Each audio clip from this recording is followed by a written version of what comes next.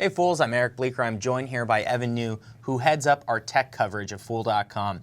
And we're looking at two different tablets today, two of the best-selling tablets, the iPad mini, which was Apple's entry into the smaller screen space, versus the Nexus, which, let's face it, Nexus has been a very popular line. It started out a little rocky in smartphones. It's moved up to tablets. But there are some very advanced features on this relative to the iPad, and it's gotten a lot of traction, specifically the screen. Tell me about some of the features you've enjoyed using this for the past few weeks relative to an iPad mini. I think you definitely hit it on Nexus is doing much better in tablets than in smartphones, I think because it's an unsubsidized market, so the pricing really comes into play. I am definitely very impressed with the resolution of the display on the new Nexus 7. It's really sharp, and Amazon's is pretty much the exact same panel that they're using in the new Kindle Fire HDX. And compared to an iPad mini, at least the current iPad mini, which is about a year old and about to get refreshed, the screen on the Nexus 7 just looks a lot better. So, and I think it just underscores how important it is for Apple to get a Retina display on the iPad mini as soon as possible. Still some speculation on if they'll do that this month or if it'll be delayed. Don't know yet. I think they'll probably do it, but maybe be supply constrained. But I think it's an important move considering this is where rivals are going. Okay, and let's talk about just a couple quick differences. This is the second generation Nexus 7. This tablet versus the first one, where are the improvements? The main one is still the display. Uses a slightly better processor. They've actually also slimmed down the form factor a little bit. So one thing I do like about this one is it fits easier in your pocket. You can actually carry it a little bit better than the iPad mini. It's a little bit wider.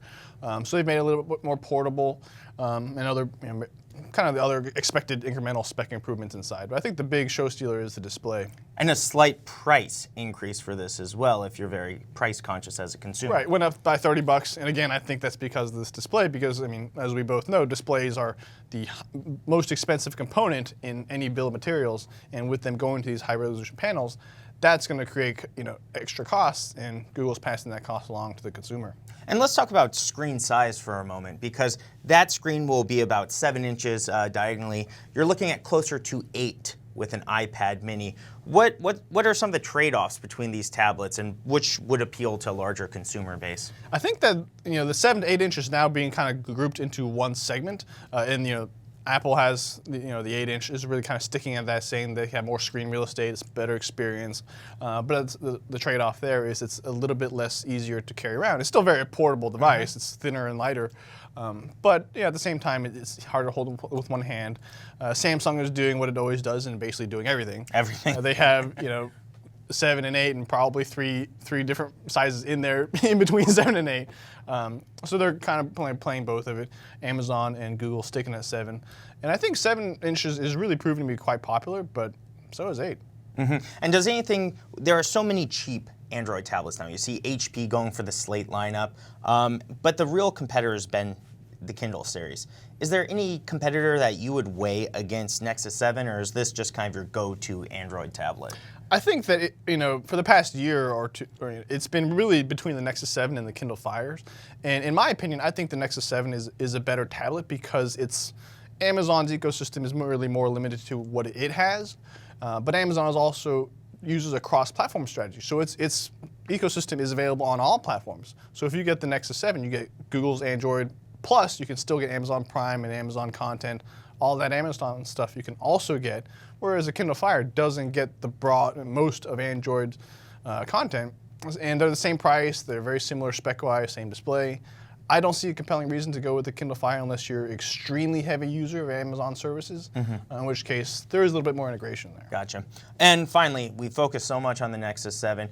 Pulling it back in, Apple expected to be refreshing this. I think there's an event planned for later this month. That was confirmed, I believe.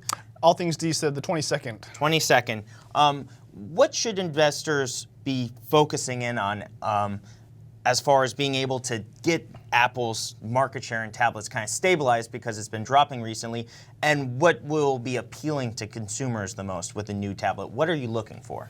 So I'm going to be looking for a couple selling features. Apple's always been able to really fight the urge to have a spec war, because they can always rely on other things like integration, experience, ecosystem.